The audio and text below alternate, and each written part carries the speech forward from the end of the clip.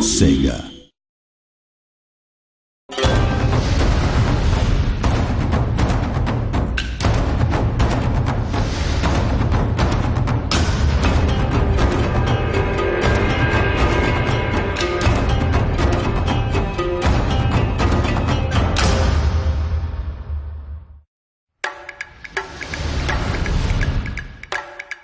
Empire is one of our most discussed products, right? Yes. Not least because it was, commercially certainly one of our biggest, and it reached kind of the biggest number of people, the biggest number of fans. But it did a number of things which some people, kind of vaunted and others vilified. And I think it was a pretty interesting set of design choices. I mean, naval battles. Okay, when we added those, where do you start with something like that? Design-wise, when you add a naval battle to the game, you go, we've had land battles for X many iterations and made those better. Do you just go, well, this is just a land battle at sea? No, this is different. You start off by looking at what actually happened. You go to the history and look at how. And actually, naval battles are very tedious in real life because they take forever. Sail about, wait for it. There's an hour of knowing that you're going to die, and then 3 minutes where you die.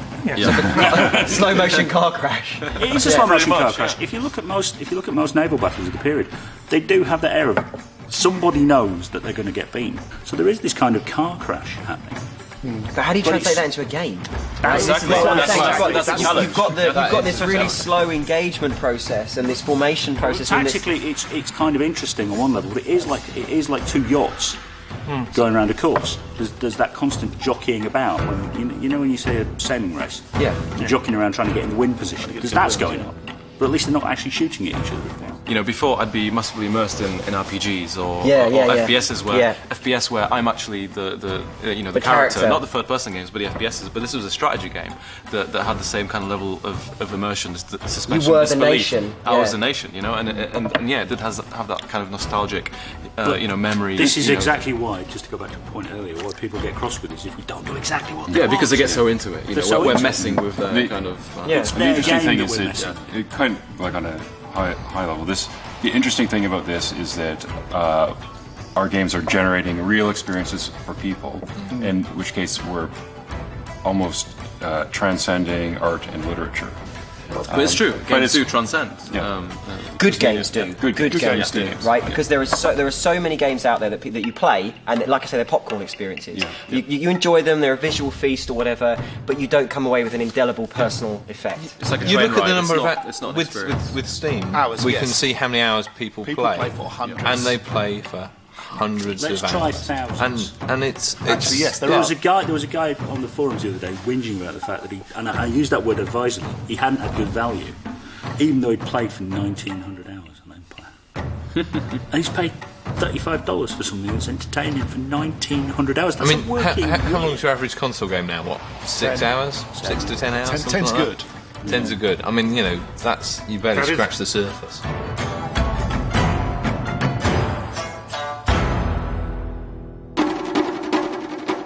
I like it when the game does something that we didn't intend it to, and gives us a bit of a surprise. I remember playing Mid 1, and one of my allies, which had been an ally for a long time, managed to take one of my regions off me in a way which we'd never intended. And the way he did it was he sent a bunch of bishops in, caused a peasant rebellion, and then sent a diplomat in and bribed the rebels, all in one turn. I'd lost a region, I was still his ally, I couldn't do anything about it. It was brilliant, and that's the kind of thing where the game does something unintended but clever. Emergent behaviour. The first time you see the elephants in Rome, that was very cool. Yeah. As what I always describe as the Zulu moment. The Zulus are thousands of them. Where you. Well, no, I had one when I was playtesting medieval. I had one battle where this British army, or English army, I should say, in Egypt, and there's a sandstorm, and the enemy are all off in the distance. It looks like there's about 3 of them. This sandstorm waves in. And then the weather clears, and they're all standing there 20 yards away from me. Jesus Christ. Thousands of them. And that was kind of impressive the first time I saw it, and that was a favourite.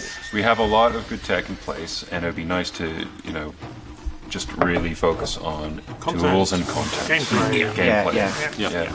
See, I like that. I like the way that I hope my hope is that the the power and the computational ability of both GPUs, CPUs, memory, whatever platform we're on, whether it's consoles, PCs, whatever we do, right, and wherever entertainment goes, gets to the point where it's so large and so big, it becomes an utterly creative medium. It just purely becomes about what can you do within this power base, rather than what can you push to the limits of the power base. This is why we're building tools. We've got a nice chunky tools team for Shogun 2 and for Napoleon, and it is becoming easier and easier to generate content. It's still bumpy and rocky, but as the tools smooth out, as they improve, then it becomes easier and easier for people to generate content. We may release the tools. I don't know. I have no idea what's going to go on down the future, but.